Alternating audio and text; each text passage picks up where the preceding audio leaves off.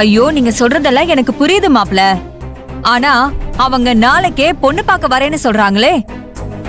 அவங்க வரட்டும், ரெண்டு சைடுலுமே மனசை விட்டு பேசி பாப்போம். அதுக்கப்புறம் நீங்க எல்லாருமே உங்க முடிவை சொல்லுங்க.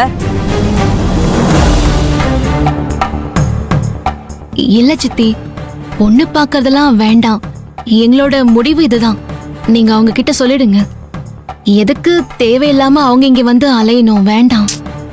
என்ன ஆதரா, நீ புரிஞ்சுக்கவே மாட்டேங்கிற. ரொம்ப நல்ல இடம் ஆதரா அது. சித்தி, படிப்பு ரோஹிணிக்கு இதை விட ஒரு நல்ல இடத்து கொடுக்கும். அண்ணே, அம்மா, என்ன நீங்க ரெண்டு பேரும் எதுவுமே சொல்லாம பேசாம அமைதியா இருக்கீங்க? என் பிள்ளையும் மருமகளும் சொன்னதுக்கு அப்புறம் நாங்க சொல்றதுக்கு என்னமா இருக்கு?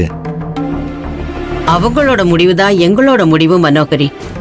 இத நீ மாப்பிள்ளை வீட்டுல பக்குவமா எடுத்து சொல்லிடு. சரிம்மா, நான் இப்பவே அவங்க கிட்ட போன் பண்ணி விஷயத்த சொல்லிடுறேன். சரிம்மா. ஆதரே, வந்தவங்களுக்கு ஏதாவது சாப்பிட கொடு. வா வாடா, வா ரேவதி. இல்ல, ஆ, மனோகரி போன் பண்ணிட்டு வந்ததும் அவ என்ன சொல்றான்னு கேட்டுக்கிட்டு நாம குலதெய்வம் கோயிலுக்கு போயிட்டு வந்துருவோம்.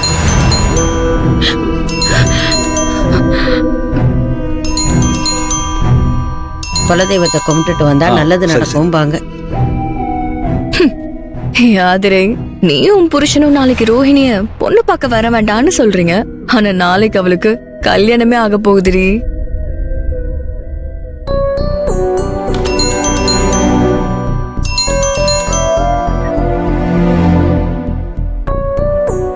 என்ன கௌதம், இப்ப எதுக்காக வீடியோ கால் பண்ணிருக்கீங்க?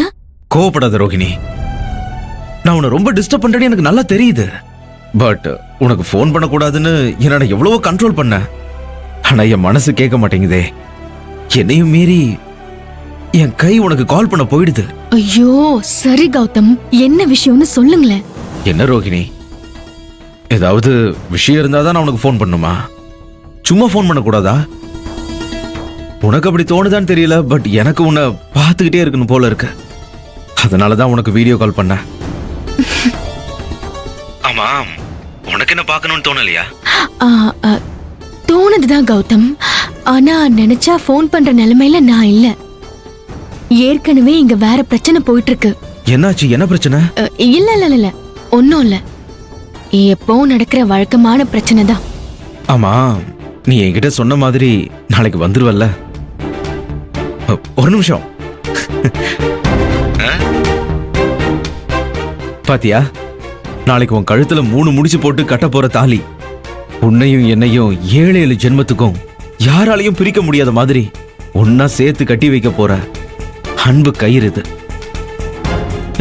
ஒரு நிமிஷம், கயிறு நான் சொன்ன, இது கயிறு இல்ல, என் உயிர். என்ன ரோகிணி, எதுவுமே பேசாம அமைதியா இருக்க?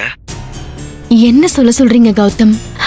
அதான் நான் ஹாஸ்பிட்டல்ல வச்சு என்னெல்லாம் சொல்லணுமோ அதை சொல்லிட்டேனே. இதுக்கப்புறம் என்ன சொல்ல முடியும்? அக்கா எங்க போனா?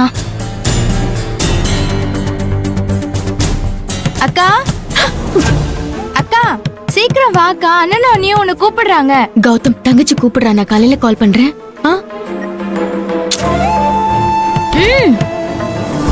என்ன என்ன ரேவதி? என்னக்கா எப்ப பார்த்தாலும் போனும் கையுமாவே இருக்க? வர வர உன் நடவடிக்கையே சரியில்லை. ரொம்ப பேசாத, வா வா.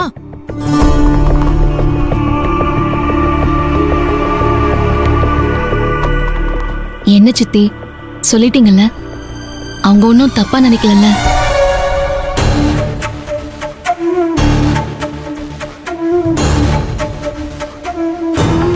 என்ன மனோகரி, எதுவுமே சொல்ல மாட்டேங்கிற? ரோகிணி வந்துடட்டும். சம்பந்தப்பட்டவ ரோகிணி தானே, அவ தான் முக்கியமா தெரிஞ்சுக்கணும். ஏ பெரியவளே, நாங்க எல்லாரும் முக்கியமான விஷயம் பேசிக்கிட்டு இருக்கோம், நீ பாட்டுக்கு போய் ரூம்ல உட்காந்துக்கிட்டு இருக்க. மா, ரோகிணி எதுவும் சொல்லாதீங்கம்மா. இந்த வீட்டோட அதிர்ஷ்ட தேவதையே இவதான். ரோகிணி கல்யாணம் பண்ணிக்க போற புகுந்த வீட்டால அவளோட பிறந்த வீட்ல தனமும் தானியமும் நிறைஞ்சு வழிய போகுது. சித்தி, என்ன சித்தி இது? நாங்க அவ்வளவு தூரம் சொன்னதுக்கு அப்புறமும் நீங்க இதே மாதிரியே பேசிட்டு இருக்கீங்க. இங்க பாருங்க, முதல்ல ரோஹிணியோட கல்யாண பேச்சுக்கு இப்பவே இதோட ஃபுல் ஸ்டாப் போட்டுருங்க சித்தி ப்ளீஸ்.